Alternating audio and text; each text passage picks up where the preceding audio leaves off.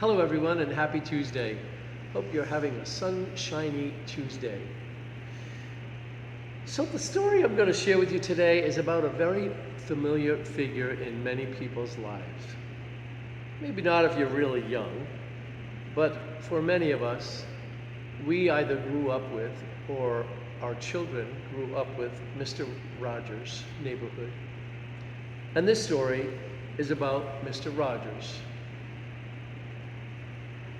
Once upon a time, a reporter was assigned the job of writing an article about the TV host of the long-running children's program, Mr. Rogers' Neighborhood. The reporter was a little skeptical and didn't know quite what to expect. Through his conversations with the beloved star, he thought he'd learn about Fred Rogers. But what actually happened caused the reporter to learn about what was missing in himself and his relationship with God. And Mr. Rogers did all that with a prayer that was just 3 words long. Fred Rogers was not just a TV show host.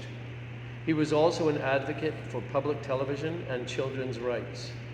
And he wondered whether the connections we make with others can help create a heaven on earth. That when we invest in others and care for them, we create the opportunity to basically live in heaven on earth. There are miraculous stories about how God used Mr. Rogers. There were stories about how he inspired a boy with autism to open up and eventually start speaking, and how a man found his entire life changed after a brief encounter on an elevator with Mr. Rogers, and the story about the connection he made with reporter Tom Junod is no different.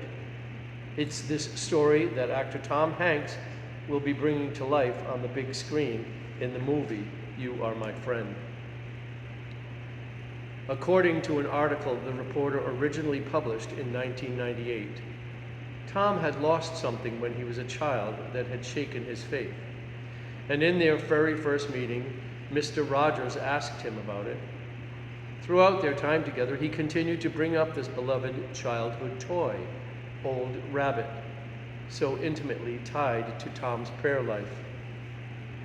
After their introduction, Tom spent a considerable amount of time with Mr. Rogers in order to write his now famous profile piece on the beloved children's TV host. It is more than just an interview. The reporter tagged along day after day. Tom thought he'd get to know the man behind the show, that he'd separate Fred Rogers from the Mr. Rogers on-camera persona. But he found there was no difference between the two. Mr. Rogers was the same person when the cameras were rolling and when they weren't. Mr. Rogers inspired so many to see life in a different way.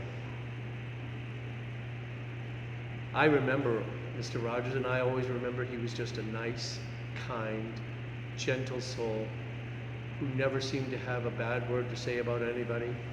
And if someone else did have a bad word to say, he would defend the people that it was being said about. He tried to bring people together in a kind and loving way. He was an advocate for God in many, many respects.